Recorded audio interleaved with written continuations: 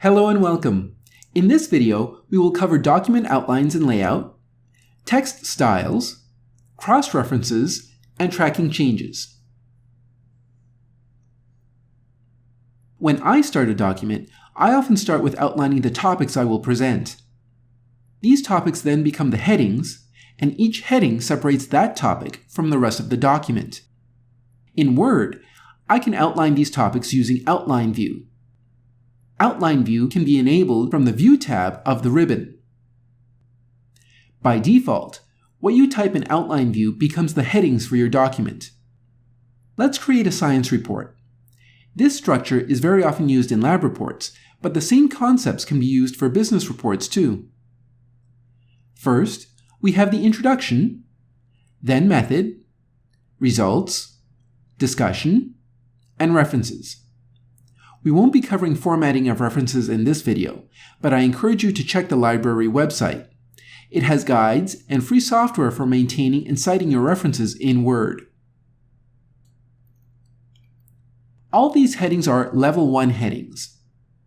Let's add some subheadings.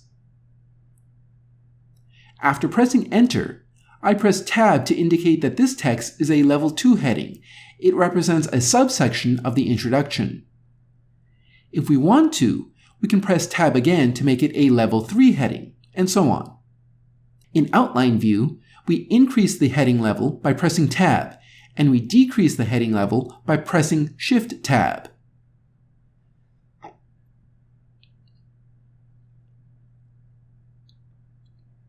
If you want to start writing the content of your sections and subsections, you can do that in Outline View.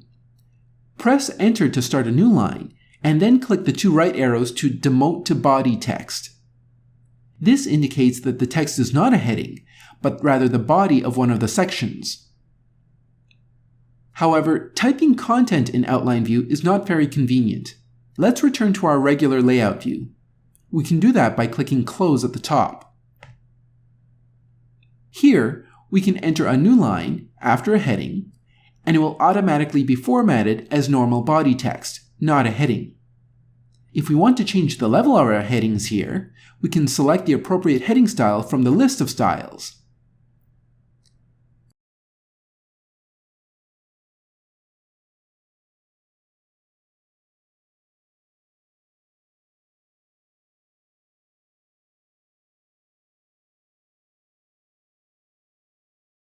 We can always return to Outline View to rearrange our content. Each one of these dots represents a paragraph, and you can click and drag them to rearrange them. If you move a heading, its subheadings and associated body text moves with it. If you want to view only the headings, you can do that too.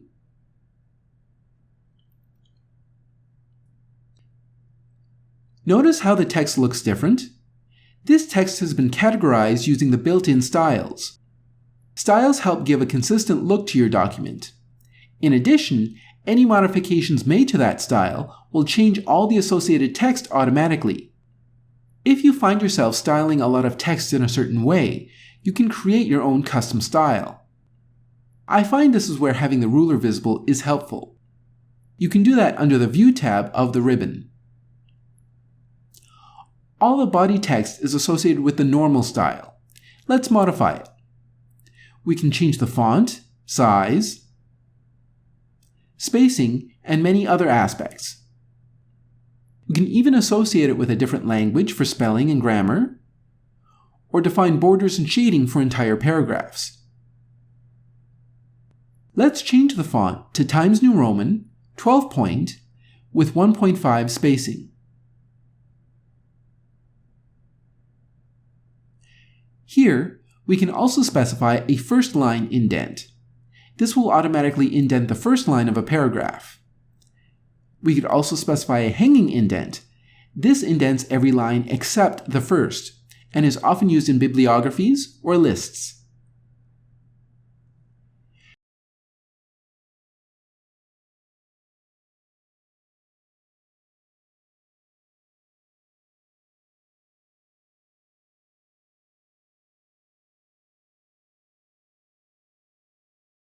The styles we've covered affect entire paragraphs. Suppose we want to emphasize specific text, but not entire paragraphs. We can create a character style. Let's create a style to indicate typed text, like a computer command. We select our text, create a style,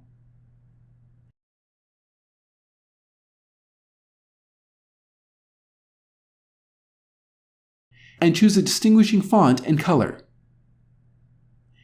Now, let's apply the style to other text. We can do that using the Format Painter. Clicking once allows us to paste the formatting to other text. If we double-click the Format Painter, that allows us to change multiple text. When finished, click the Format Painter again to disable. If we change our minds about the style, we can modify it, and all its associated text changes with it. Suppose we wanted more space around our headings. We would specify that here.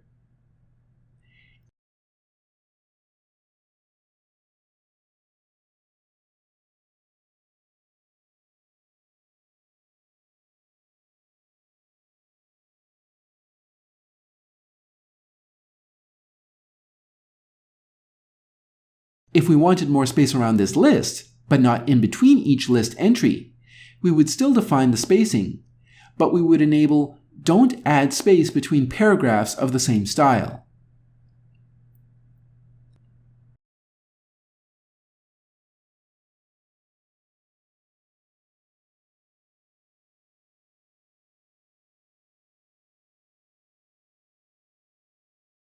Now, let's take a look at how we can keep related text together.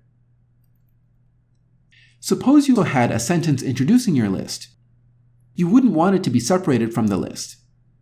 In this case, enable Keep with Next. This acts as glue joining this paragraph with the next one. When we write text in a word processor, it automatically wraps text to the next line for us. However, what if it wraps text when it shouldn't? For example, what if a weight of 500 grams were written and the word processor separated 500 and grams? Instead of using a space character, we should use a non-breaking space character by pressing Ctrl, Shift, and Space. Word processors treat non-breaking characters like glue joining two words. The two words are then wrapped to the next line together, not separately. There is also a non-breaking hyphen that performs a similar function. Press Ctrl, Shift, and hyphen, and Nyquist Shannon is no longer broken. There are times when you might want to force a line break, but not start a new paragraph. In that situation, press Shift, Enter. You'll notice that the new line starts, but without extra space that usually separates paragraphs.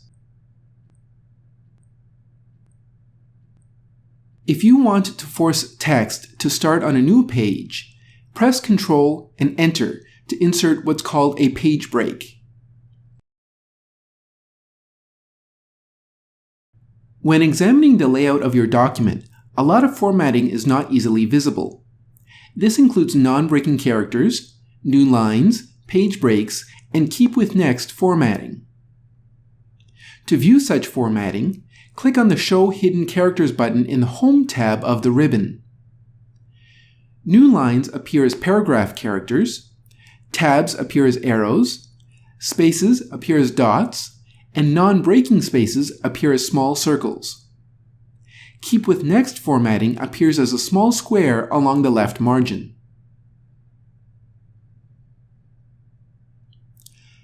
A header and footer are regions of text that appear on every page at the top and bottom respectively.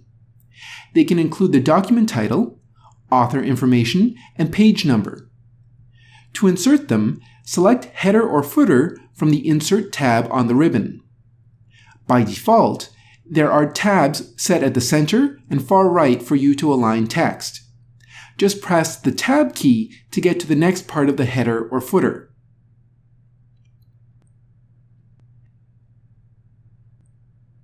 Headers and footers appear on every page, but this is not appropriate if your first page is a title page. In this case, select Different First Page from the Header and Footer Design tab of the ribbon.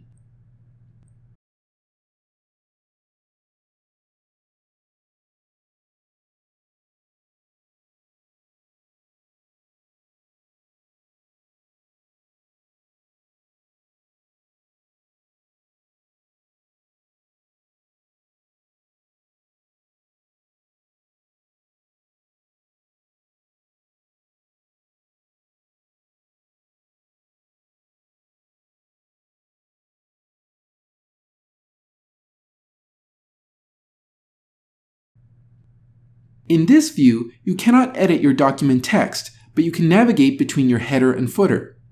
When you are finished editing your header and footer, click Close Header and Footer to return to your document. You can edit the header and footer again by double-clicking the header or footer area.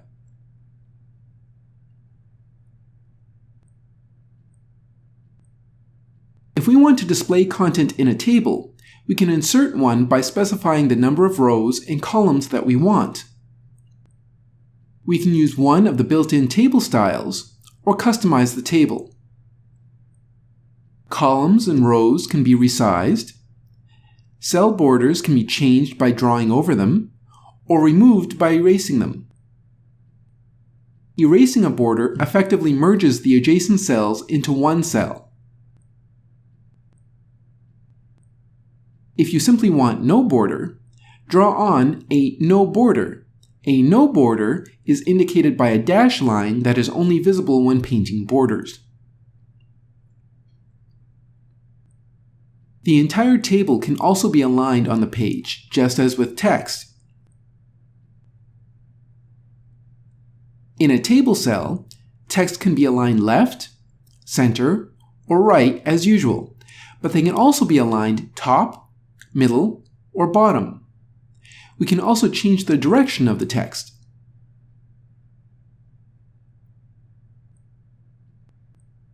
If we want to insert an equation, we can do that from the Insert tab of the ribbon. There are some samples available, but you should probably just start your own. There are options for mathematical symbols, operators, and multi-line spacing. You can mix and match combinations of these to create your equation.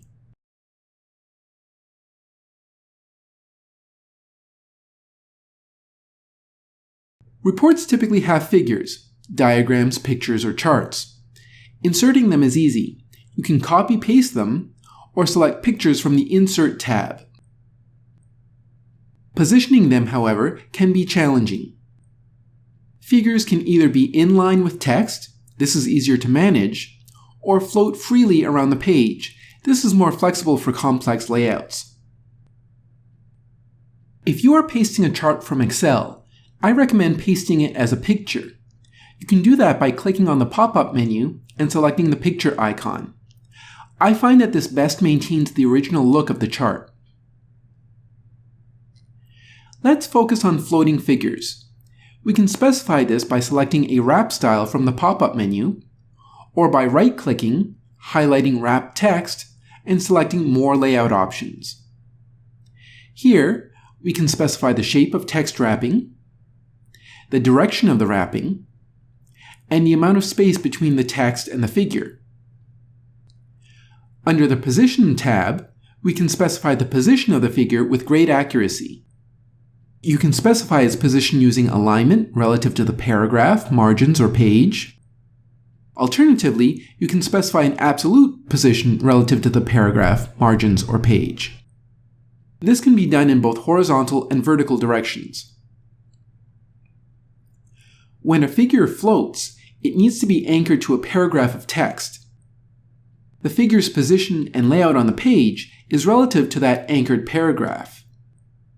If that paragraph moves to another page, or it's deleted, so too is that anchored figure. If a figure is moved, its anchor automatically moves to the nearest paragraph. So once you position a figure, it's a good idea to lock the anchor so it doesn't move. If necessary, it can be unlocked later. When there are figures, tables, or equations in a document, there are usually captions under them. These captions serve as references to the object within the text. For example, please refer to the diagram in Figure 9, or Table 6, or Equation 3. Word has a way of creating captions. It might not always be straightforward, but there are benefits. Here we have an image. Right-click it and select Insert Caption. The same procedure would work for a table or equation, but this is a figure. If we wanted to, we could also create our own label for the figure. For example, fig as an abbreviation for figure. But let's keep figure. Here, we would enter a caption for the image. The numbering of the captions happens automatically. Captions have their own style. If we wanted to, we could modify it just like any other style. Suppose we want to refer to this image in our text. We could write Figure 1, but if the numbering of the figure changes, we would have to retype all these references. Instead, let's insert a cross-reference from the Reference tab on the ribbon. A cross-reference refers to a caption by number, content, or relative direction. Here, we insert a reference to the figure number. Notice how this text gets highlighted in gray?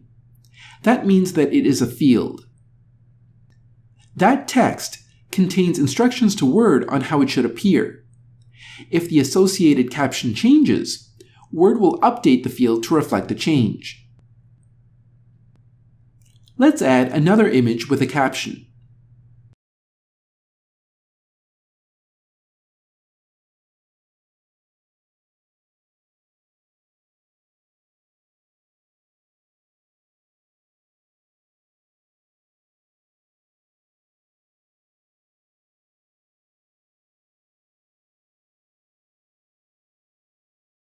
Now, let's move the first image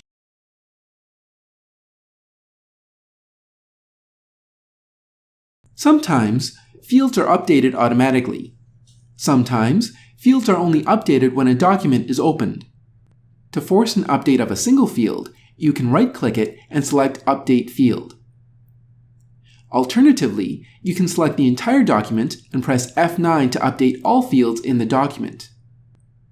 Here, we see that the caption numbers, figure number, and location references were all updated.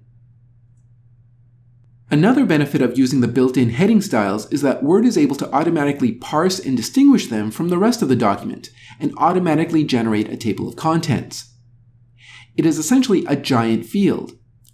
As the document is modified, the entries and page numbers in the table of contents can be updated automatically. In academic articles and business reports, text is sometimes organized in columns. To do that, select the text that you want in columns and select Columns from the Page Layout ribbon. You can also specify column options such as the width of each column and the space in between columns. In the workforce, you will often create documents in a team. Word has a tool called Track Changes to help visualize and manage edits between users. You can enable it under the Review tab of the ribbon, and even password protect tracking of changes. Once this is enabled, deleted text will appear in color with a line through it. In addition, a vertical line will appear in the margin to draw your attention to the change. Inserted text will appear in color and underlined. The colors correspond to the users that made the change, so all changes by the same user will be the same color. You can also hover the pointer over the change to see the date and time of the change. To manage changes, right-click over an edit. Accepting a deletion will remove the old text, while accepting an insertion will confirm that text as part of the document. Rejecting a deletion will restore the old text, and rejecting an insertion will remove that text from the document. When there are a lot of changes, visualizing all the changes can be overwhelming. You can display only simple indications of changes,